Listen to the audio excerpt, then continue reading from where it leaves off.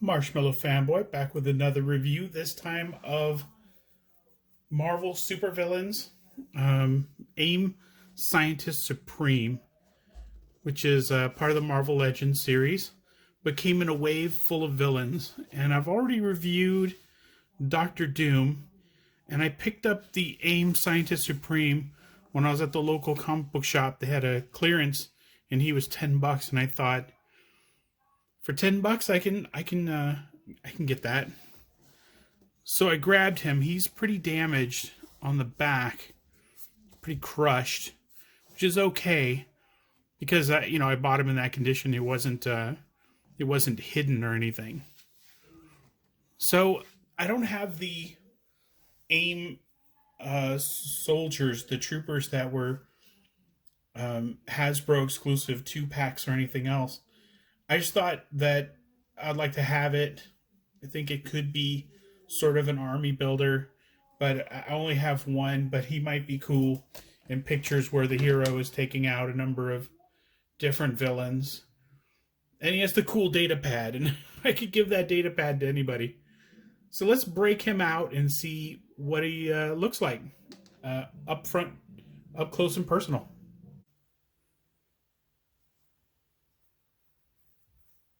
Okay, now that he's out of package, let's take a closer look at the AIM Scientist Supreme. First, let's take a look at Xenu's right arm.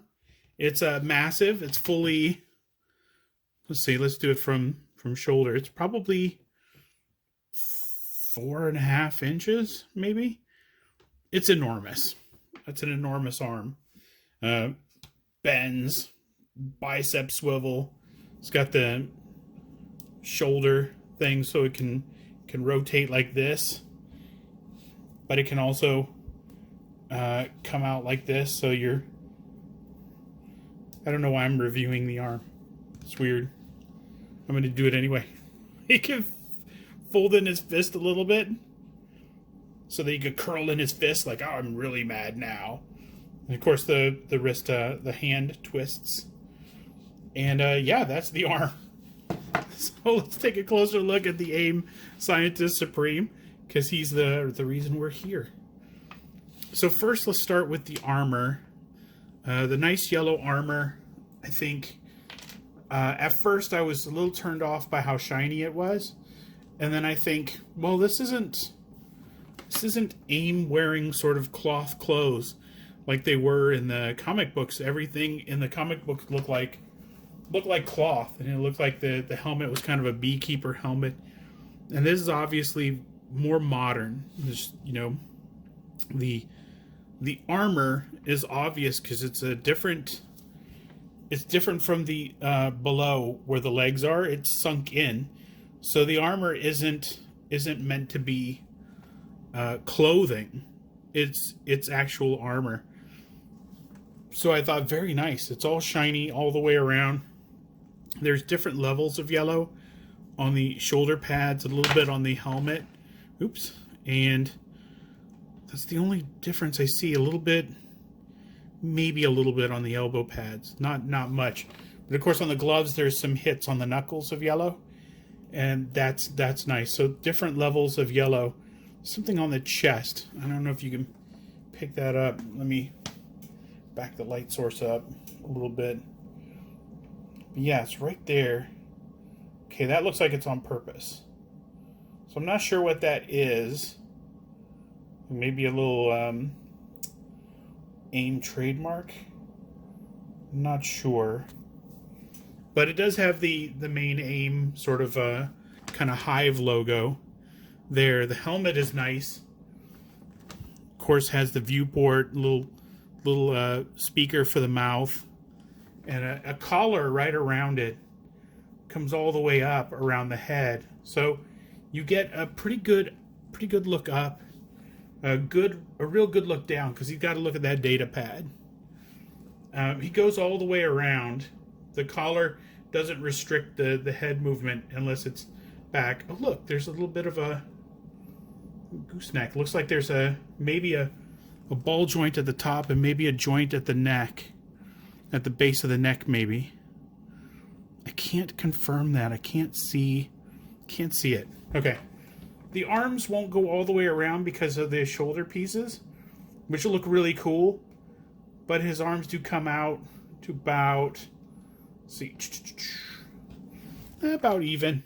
I mean, he can do a push-up, but not much else. He's got double elbows, so he can not punch himself in the face, but he can do that, oh, I'm going to get you next time kind of move. And he's got bicep swivels. His hand rotates around. Yes, it has a hinge in it also. So that is good. He has a... right above the ribs, he can bend. Right above the ribs. The belt is molded on and doesn't move. The belt's really nice.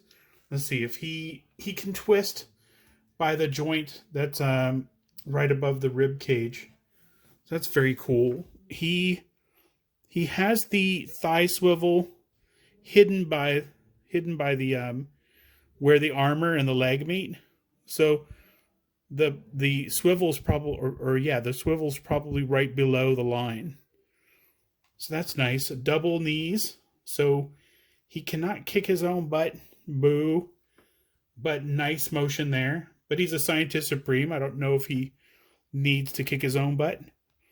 Toe or foot, like ball joint. Let's see, ball joint.